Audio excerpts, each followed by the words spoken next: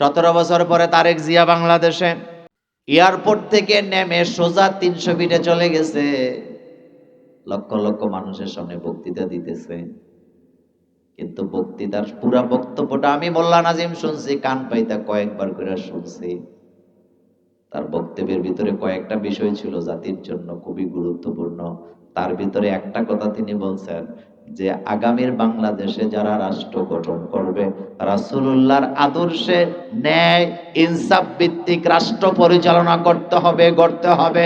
এটার দ্বারা বোঝা যায় বর্তমানে বাংলাদেশে যারা ইলেকশন করে, নির্বাচন করে, সবাই ডাইরেক্ট আর ইনডাইরেক্ট আল্লাহর কোরআনের আইন চায়। তারেক যে এই কথা কইছিনি, এই কথা বলছে না? বলছে। তারেক জিয়া বলেছেন ইনসাফ ভিত্তিক রাষ্ট্র চাই, যেটা রাসূলুল্লাহর আদর্শ দিয়া চলবে। তো এই বক্তৃতা যখন চলতেছিল, আমি তখন লাইভে ছিলাম, আমি দেখতেছিলাম ভিডিও। তিনি যখন বললেন আগামীর বাংলাদেশে যারা রাষ্ট্র গঠন করবে তারা ন্যায় ইনসাফ ভিত্তিক রাসূলুল্লাহর আদর্শ দিয়ে রাষ্ট্র গঠন করবে, চারপাশের লোকেরা তখন হাততালি দিচ্ছিলেন। আমি তখন দেখতেছিলাম মির্জা ফখরুল ইসলাম সব কি করতেছে। পরে তাকায় দিয়ে উনিও হাততালি দেয়, তবে হাততালিটা একটু ধীরে, একটু ধীরে। কিন্তু একদিন পরে আবার নিজে বক্তৃতা দিয়ে বলতেছে আমরাও বাংলাদেশে কোরআনের আইন চাই। তা আমরা মোল্লারাও তো কোরআনের আইন চাই, কথা ঠিক কিনা?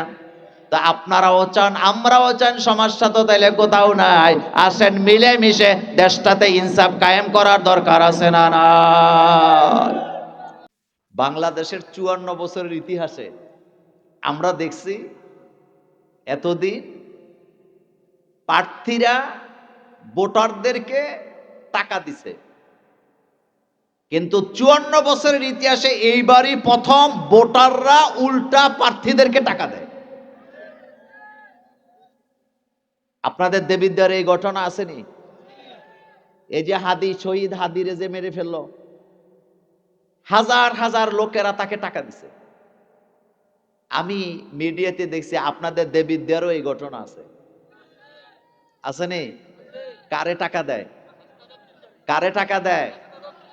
যারা দেয় তারা কিন্তু খুব বড় লোক না। আমি দেখছি ডিম বেচা টাকা ওর হাতে দিতেছে মহিলারা। এরকমের ঘটনা আর বাংলাদেশে ঘটছে? এটাই প্রথম। এটাই কি প্রথম। পরিবর্তন হোক, আমরা চাই কি না? আমরা চাই। আমার কলেজের ভাইয়েরা, এবার আপনাদের জন্য একটা গুরুত্বপূর্ণ কথা বলি। আমাদের বাংলাদেশে আমরা মুসলমানের ঘরে জন্ম নিলাম, 5 ওয়াক্ত নামাজের আজান হয় মাইকে, এখন কিন্তু আর মুখে আজান হয় না। আপনাদের কালিকাপুরের এই গ্রামে মসজিদ আছে কয়টা? জোরে কর না। কয়টা? 3টা। আজান কি মুখে হয় না মাইকে হয়? কথা কর না কেন? তো মাইকে যখন আজান হয়, আপনাদের গ্রামের প্রত্যেকটা ঘরে ঘরে মাইকের আওয়াজ, আজানের আওয়াজ যায় নাকি যায় না? কিন্তু আমি এই কথাটা গুরুত্বপূর্ণ সহকারে খেয়াল রাখবেন। মাইকে আজান হলো, ফজরের নামাজের আজান হলো, জোহরের আজান হলো, আসর হলো, মাগরিব হলো, এশা হলো। ফজরের আজানের সময় ঘুমের ঘরে আমি শুয়ে থাকলাম, আল্লাহর ঘরে নামাজ পড়তে গেলাম না। আমি দোকানে বসে আছি, দোকান থেকে আমি আজান শুনলাম, কিন্তু দোকানে আমি বসেই থাকলাম, নামাজ পড়তে আমি গেলাম না। আমি পথে বসে আছি, হাঁটতেছি, আজান হলো, মসজিদের সামনে দিয়ে আমি চলে গেলাম, নামাজ পড়তে আমি গেলাম না। আমি ঘাটে বসে আছি, আড্ডা মারতেছি, নামাজে আমি গেলাম না আজানের কানে আসার পরেও। অফিসে বসে আছি, নামাজ পড়তে গেলাম না। আদালতে বসে আছি, নামাজ পড়তে গেলাম না। গাড়িতে বসে আছি, নামাজ পড়তে গেলাম না। খামারে বসে আছি, নামাজ পড়তে গেলাম না। কৃষি জমিনে বসে আছি, আমি নামাজ পড়তে গেলাম না। আড্ডাখানায় বসে আছি, নামাজে গেলাম না।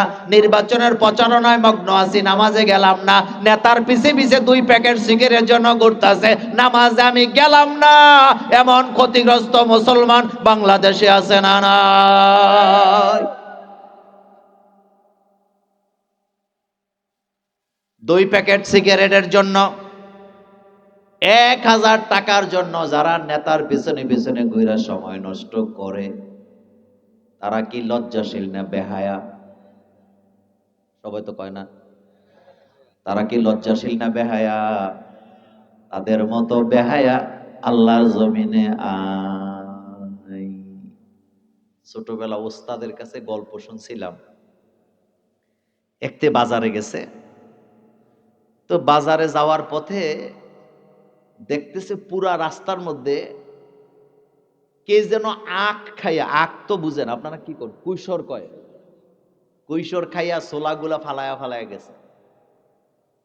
তো হেতে ওই ছোলাটা উঠাইয়া চাবাইয়া দেয়, এটার মধ্যে কোনো রস টস নাই, যেতে খাইছে জনমের মতো খাইছে।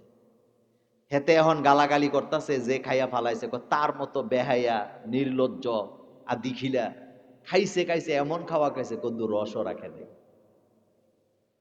আচ্ছা বলেন তো বেহায়াকে, যে টোকাইছে ও না যে খাইয়া ফালাইছে সে? আমাদের দেশে কিছু বেহাইয়া আছে, এতে 1000 টাকা পাওয়ার জন্য, 500 টাকা পাওয়ার জন্য সারাদিন মিছিলের পিছে পিছে ঘুরে। কথা সত্য নেই? কথা বললে আবার আপনারা রেকর্ডে অন্যভাবে ছাড়বে মিডিয়ার লোকেরা। আচ্ছা বলেন তো রাসূল সাল্লাল্লাহু আলাইহি ওয়াসাল্লাম যে প্রেসিডেন্ট হইছে, এরকমের টাকা পয়সা মানুষের দিছেনি? কথা কয় না। হযরত ওমর, আবু বকর, ওমর, ওসমান, আলী, তারা যে রাষ্ট্র চালাইছে, তারা কি মানুষের বিড়ি সিগারেটের প্যাকেট দিছে নাকি? টাকা পয়সা দিছে নাকি? আমাকে জোর করে ধরছে, নির্বাচন করতে হবে, এ কথা মিডিয়াতে যাওয়া দরকার নাই। তা আমি হাসি দিয়ে বললাম, নির্বাচনে যদি আমি দাঁড়াই, তাহলে নির্বাচনে যারা ভোট দেয় তারা কি সবাই ভালো মানুষ না কিছু খারাপ মানুষও আছে? তা আমি যখন নির্বাচনের মাঠে নামবো, আপনাদের মুরব্বীদেরকে বলি, সে খেয়াল করেন, তখন বাধ্য হইয়া বিড়ি খাওয়াইনারে বিড়ির টাকা দেওয়া লাগবো নাকি লাগবে না? কথা কেন যুবকেরা? নির্বাচনে যদি নামেই যাই, খেলার মাঠে যখন নেমেই যাব, তখন জামা কাপড় বাছাইয়া কাদা থেকে খেলার কোনো সুযোগ আসেনি? তো আমি ইসলামিক দল থেকেও যদি নির্বাচন করি, আমার টাকা দিয়া 2-1 জন বিড়ি খাওয়ার সম্ভাবনা আছে নাকি নাই? তো মোল্লা নাজিমের টাকা দিয়া বিড়ি খুরেরা বিড়ি খাক, এটা আপনারা বোধহয় চান? কথা কয় না তো? আপনারা এটা চান? তবে যাক, কিছুটা পরিবর্তন হয়েছে আমাদের দেশে আলহামদুলিল্লাহ। এটা মজার কথা বলি, বাংলাদেশের 54 বছরের ইতিহাসে আমরা দেখছি এতদিন প্রার্থীরা ভোটারদেরকে টাকা দিছে, কিন্তু 54 বছরের ইতিহাসে এইবারই প্রথম ভোটাররা উল্টা প্রার্থীদেরকে টাকা দেয়। আপনাদের দেবিদ্বারে এই ঘটনা আসেনি? এই যে হাদি, শহীদ হাদিরে যে মেরে ফেললো, হাজার হাজার লোকেরা তাকে টাকা দিছে। আমি মিডিয়াতে দেখছি আপনাদের দেবিদ্বারও এই ঘটনা আছে, আসেনি? কারে টাকা দেয়? কারে টাকা দেয়? যারা দেয় তারা কিন্তু খুব বড় লোক না, আমি দেখছি ডিম বেচা টাকা ওর হাতে দিতেছে মহিলারা। এরকমের ঘটনা আর বাংলাদেশে ঘটছে? এটাই প্রথম। এটাই কি প্রথম। পরিবর্তন হোক, আমরা চাই কি না? আমরা চাই। আমি কিন্তু ভোট নির্বাচন কোন প্রার্থীর পক্ষে কথা বলতেছি না, আমি শুধু আপনাকে বুঝাচ্ছি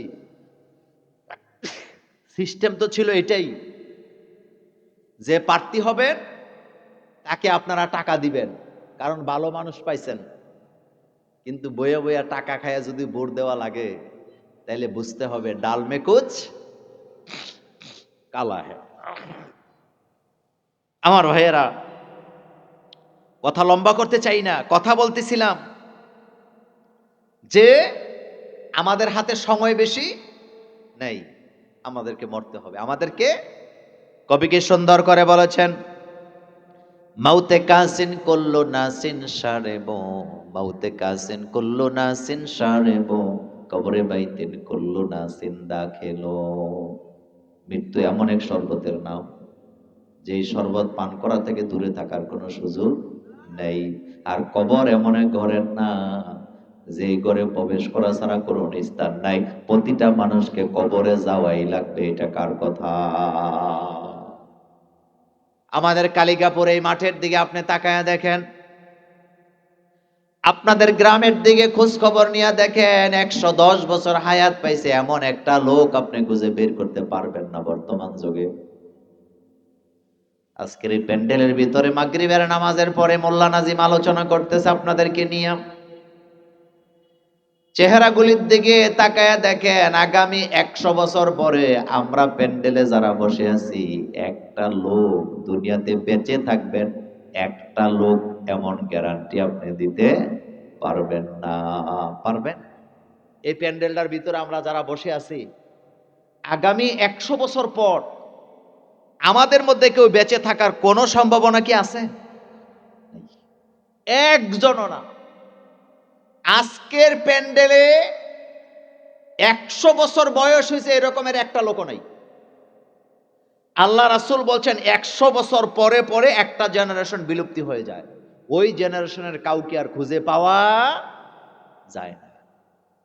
কালিকাপুর গ্রামটা থাকবে, বাস স্টেশনটা থাকবে, বাজারটা থাকবে, মসজিদগুলা থাকবে, দোকানপাটগুলা থাকবে, রাস্তাগুলা থাকবে, পুকুরগুলা থাকবে। মাঝখান থেকে আমি আর আপনি থাকার কোনো সম্ভাবনা নাই। এই দুনিয়ার মায়া ছাড়তে হবে আমার কলিজার ভাইয়েরা। আজকে আপনি ছেলে মেয়ে ছাড়া বাঁচতে পারেন না। ছেলে মেয়েরা বড় হয়ে গেলে এখন আপনার মায়া শেষ হয় না, এখন আপনি আপনার নাতি নাতকুরের মায়ায় পড়ে যান। মানুষের বয়স যত বাড়ে দুনিয়ার মায়ায় তত আক্রান্ত হয়। আল্লাহ পাক এজন্য আমাদেরকে সাবধান করে বলছেন, ওয়াল আসরি, সময়ের কসম করে বলি, ইন্নাল ইনসানা লাফি খুসরিন, নিশ্চয়ই সমস্ত মানুষগুলা ক্ষতিগ্রস্তের মধ্যে আছে, ইল্লাল্লাযিনা আমানু, কিন্তু যারা ঈমান আনে, ওয়া আমিলুস সলিহাত, যারা আমলে সলে করে, ওয়া তাওয়াসাউ বিল হাক্কি, যারা হকের পথে মানুষকে ডাকে, ওয়া তাওয়াসাউ বিস সবরি, যারা ধৈর্য ধারণ করে, তারা সফল, তারা কামিয়াব। এটা কার কথা? এই পৃথিবীর মানুষগুলা, এই পৃথিবীর মানুষগুলা বর্তমানে ফিল করতে শিখছে, ইসলাম ছাড়া পৃথিবীতে শান্তি পাওয়া যাবে না। এই যে বাংলাদেশে তারেক জিয়া আসলেন, কত বছর পরে আসছে বলেন তো? আপনাদের মুখস্থ আছে কয় বছর? 17 বছর পরে তারেক জিয়া বাংলাদেশে। এয়ারপোর্ট থেকে নেমে সোজা 300 ফিটে চলে গেছে, লক্ষ লক্ষ মানুষের সামনে বক্তৃতা দিতেছে। কিন্তু বক্তৃতার পুরা বক্তব্যটা আমি মোল্লা নাজিম শুনছি, কান পাইতা কয়েকবার করে শুনছি। তার বক্তব্যের ভিতরে কয়েকটা বিষয় ছিল জাতির জন্য খুবই গুরুত্বপূর্ণ। তার ভিতরে একটা কথা তিনি বলছেন যে আগামীর বাংলাদেশে যারা রাষ্ট্র গঠন করবে, রাসূলুল্লাহর আদর্শে ন্যায় ইনসাফ ভিত্তিক রাষ্ট্র পরিচালনা করতে হবে, গড়তে হবে। এটার দ্বারা বোঝা যায় বর্তমানে বাংলাদেশে যারা ইলেকশন করে, নির্বাচন করে, সবাই ডাইরেক্ট আর ইনডাইরেক্ট আল্লাহর কোরআনের আইন চায়।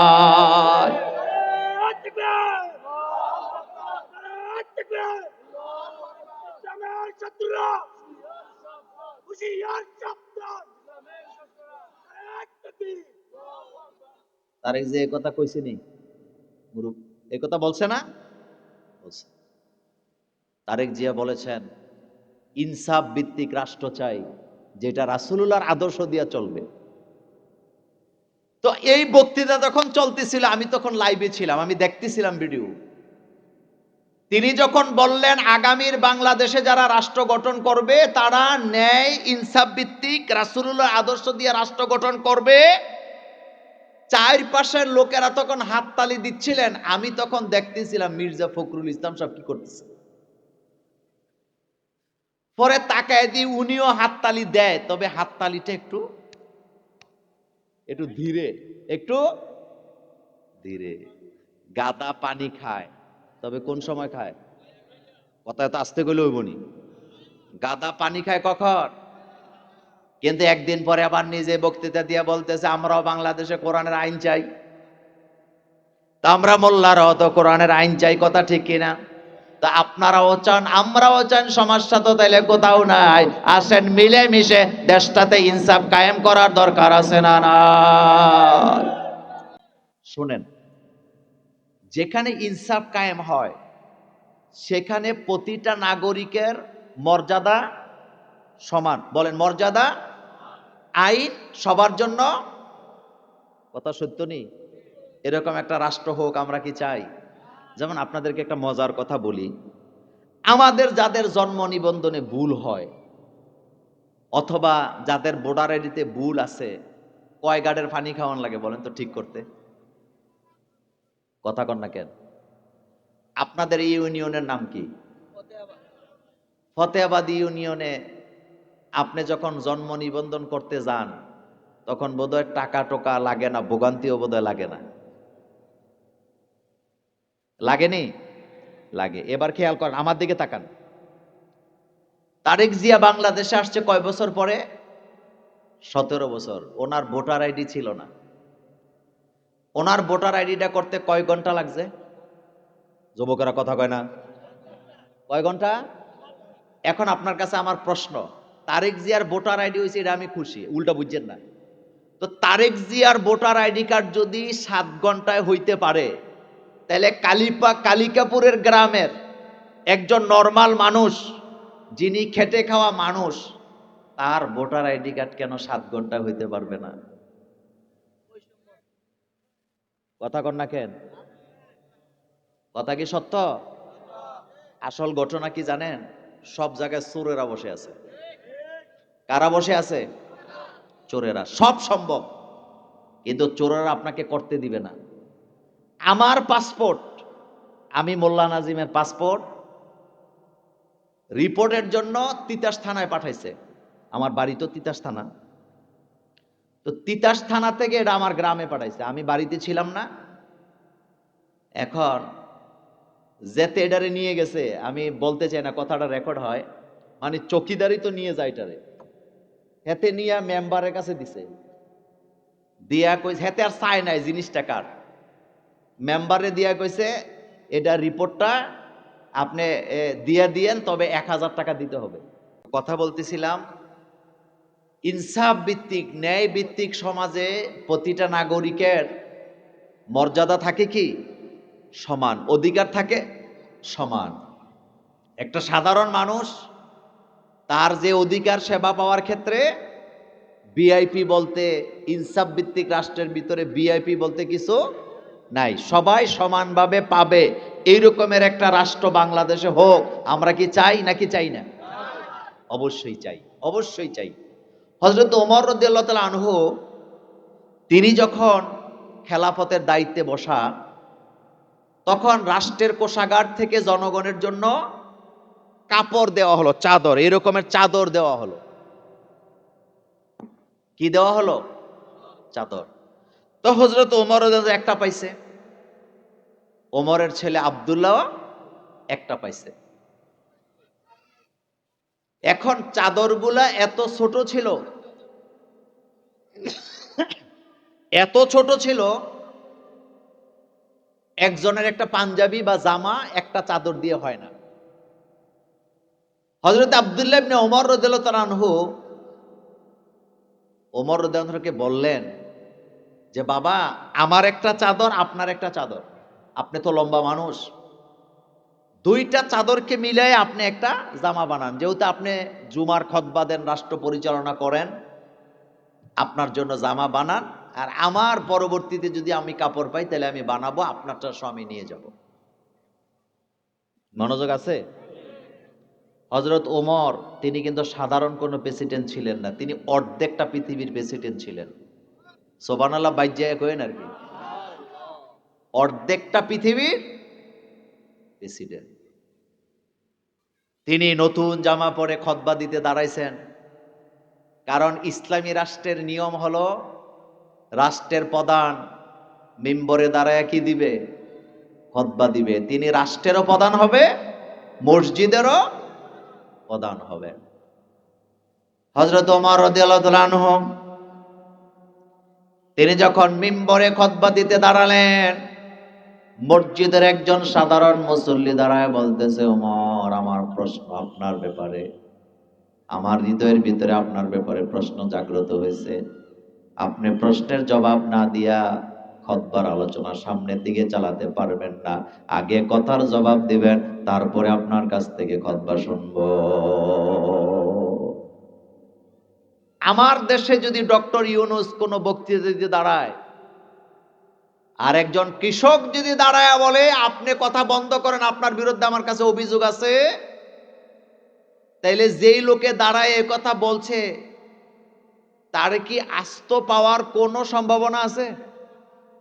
সাইমসে আছে না কতগুলো, সাইমসে যাইয়া জাতা দিয়া ধরবে। কথা ঠিক নেই? আমার বাংলাদেশটারে নষ্ট করছে সাইমসারা। মেম্বারের সাইমসা থাকে, সর্দারের সাইমসা থাকে, টাকাওয়ালার সাইমসা থাকে, চেয়ারম্যানের সাইমসা থাকে, এমপি, মন্ত্রী, রাষ্ট্রপ্রধান সবার সাইমসা আছে বলে এই চামচারাই দেশটাকে শেষ করে দিচ্ছে। হযরত ওমরকে যখন বলা হলো আপনার বিরুদ্ধে আমার অভিযোগ আছে, আপনি কথার জবাব দিবেন, তারপরে জুমার আলোচনা করবেন। হযরত ওমর বললেন, তোমার কি অভিযোগ বলো, তোমার অভিযোগ আমি আগে শোনার জন্য প্রস্তুত। রাসূলের পক্ষ থেকে বলা হইতেছে, আপনিও একটা চাদর পাইছেন, আমিও একটা পাইছি।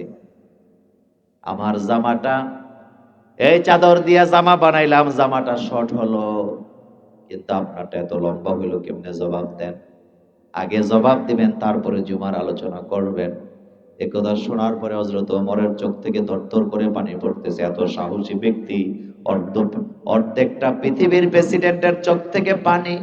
হযরত আব্দুল্লাহ ইবনে ওমর রাদিয়াল্লাহু তাআলা আনহুমা দাঁড়ায় বলতেছে, ও মদিনার মুসল্লিরা, আমার বাবার কাছ থেকে এর জবাব নেওয়ার আগে আমার কাছে তার জবাব চাও, কারণ এই জবাব আমার বাবার কাছে নাই, এই জবাব আমার কাছে। সবাই তাকায় আছে, জবাবটা কি?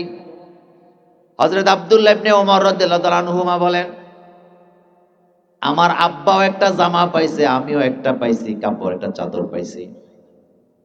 আমার আব্বা লম্বা মানুষ, আমিও লম্বা মানুষ, একটা চাদর দিয়ে আমাদের কারোই জামা হয় নাই। সেজন্য আমি আব্দুল্লাহর চাদরটাও আমার বাবার হাতে উঠায় দিয়ে বললাম, আব্বা তুমি তো জুমার খুতবা পড়াও, জুমার নামাজ পড়াও, ইমামতি করো, আমার কাপড় তোমার কাপড় মিলাইয়া একটা জামা বানাইয়া তুমি গায়ে দাও। ও মদিনার মুসল্লিরা, আমার বাবা একটা চাদরই পেয়েছে, আমারটা সহ মিলাইয়া অর্ধ পৃথিবীর প্রেসিডেন্টের জামা বানানো হয়েছে। কোনদিন কি এই চিন্তা করছেন কেমন ছিল তারা? কেমন ছিল? হযরত ওমর একটা সিদ্ধান্ত দিছিলেন যে আজকের থেকে মহিলাদের বিয়ের মহারণাটা সর্বোচ্চ এত হবে। ৮০ বছরের বৃদ্ধা মহিলা দাঁড়ায়া হযরত ওমরকে থামায় দিলেন আর বললেন, ওমর, রাসূলুল্লাহ যেই জায়গায় হাত দেয় নাই তুমি সেই জায়গায় হাত দেওয়ার অধিকার রাখো না। কোনদিন কি চিন্তা করছি? করি নাই। আমি কথাটা এভাবে বলতে চাই, যেই জিনিস আমি খানই নাই আপনি, এই জিনিসের মজা আপনি বুঝবেন কেমনে যদি আপনি না খান? আপনি মরবেন না, আপনি একবার খাইয়া দেখেন জিনিসটা কত মজা। বোতলের ভিতরে মধু ঢুকাইয়া রাইখা উপর দিয়া চাটলে যেমন মজা পাওয়া যায় না, কোরআনের পাণ্ডুলিপি মসজিদে রেখে কোরআনের মর্যাদা, কোরআনের শান্তি খুঁজে পাওয়া যায় না। কোরআন থেকে যদি শান্তি পেতে চায় অন্তত 10টা বছর কোরআন দিয়া দেশটা চালায়া দেখেন, কোন চোর, ডাকাত, দুর্নীতিবাজ বাংলাদেশে চাকরি করতে পারবে না। কিন্তু আপনি তো সুযোগই নেন নাই, আপনি তো সুযোগ নেন নাই। এবারই সুযোগ ইনসাফ কায়েম করার, কথা ঠিক কিনা? মানুষ ফিল করে। আপনাদের যাদের বয়স হয়েছে বলেন তো, বাংলাদেশের ইতিহাসে হিন্দুরা কোরআনের আইন বাংলাদেশে চায় এরকম আর জীবনে শুনছেন কোনোদিন?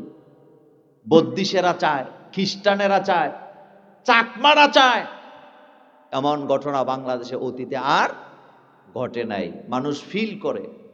মানুষ কি করে? ফিল করে যে কোরআন ছাড়া, ইসলাম ছাড়া, রাসূলুল্লাহর আদর্শ ছাড়া সমাজে শান্তি প্রতিষ্ঠা করা যায় না। চারটা কাজ যারা করে আল্লাহ পাক বলছেন তাদের কোনো লস নাই, তারা কোনো ক্ষতিগ্রস্তের মধ্যে নাই। ইল্লাল্লাযীনা আমানু, যারা ঈমান আনে। সাতটা জিনিসের উপর ঈমান আনতে হবে। জোরে বলেন কয়টা?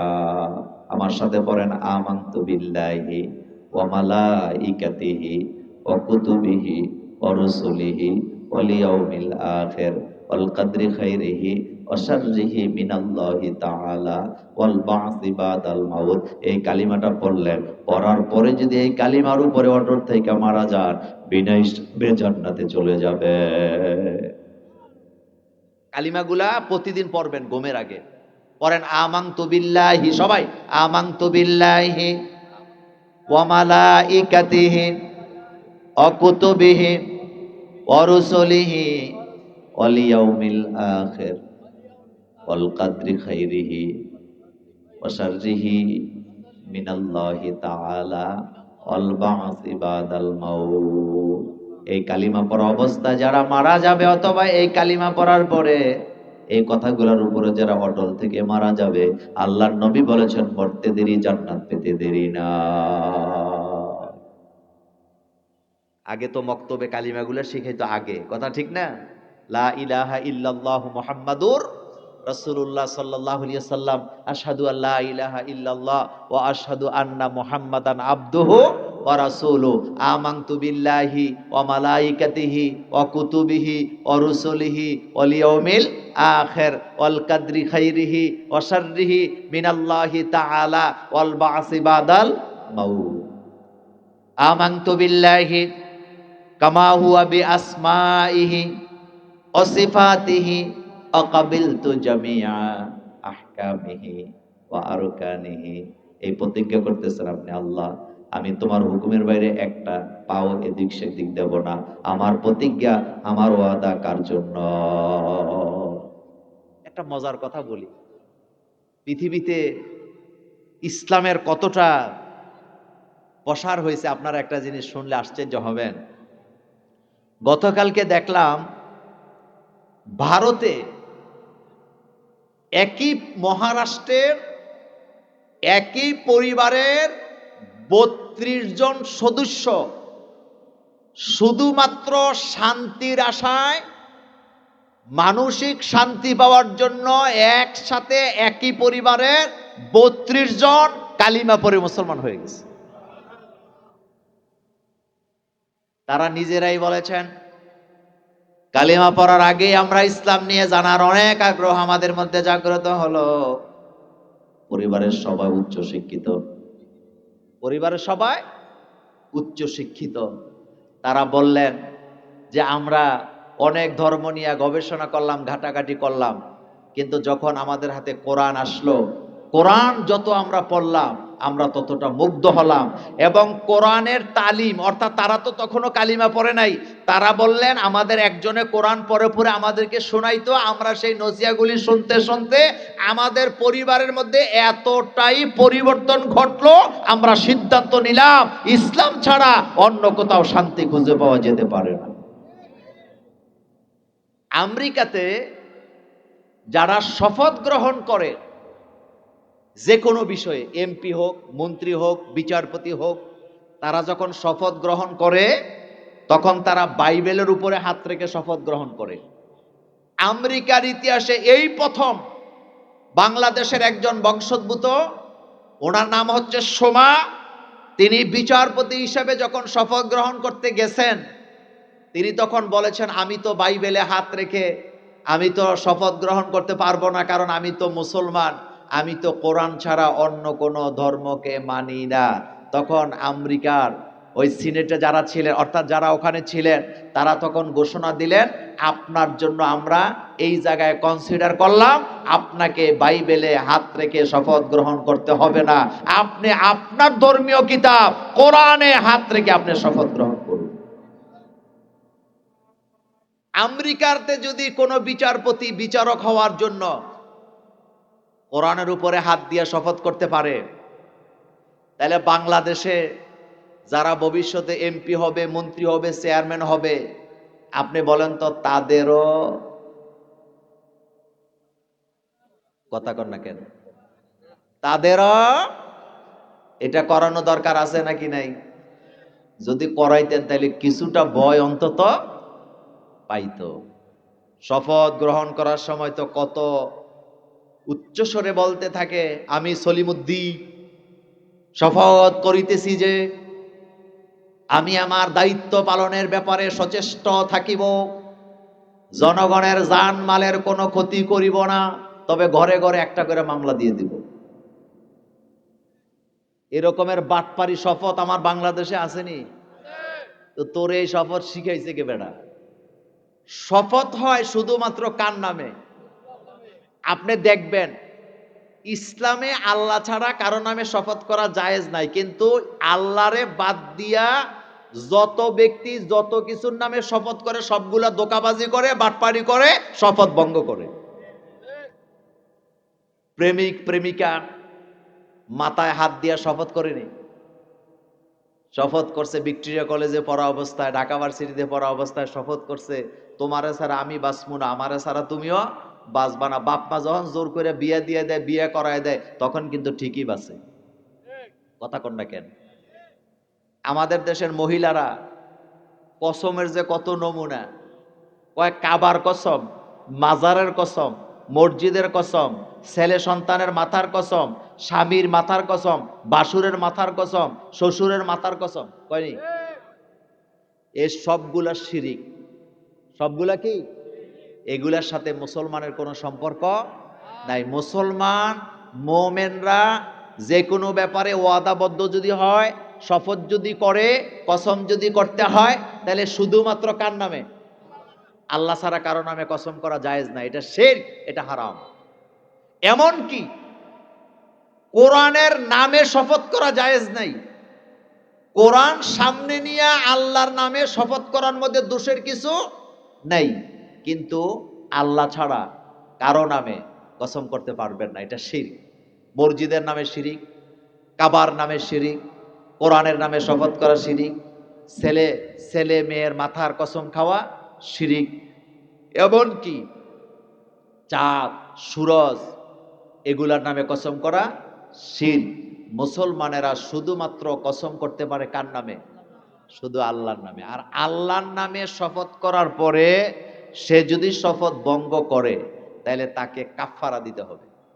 কি দিতে হবে? কাফফারা। তা আমরা আগামীর বাংলাদেশটা কেমন চাই? আগামীর বাংলাদেশটা আমরা চাই সবার অধিকার কি থাকবে? সমান থাকবে।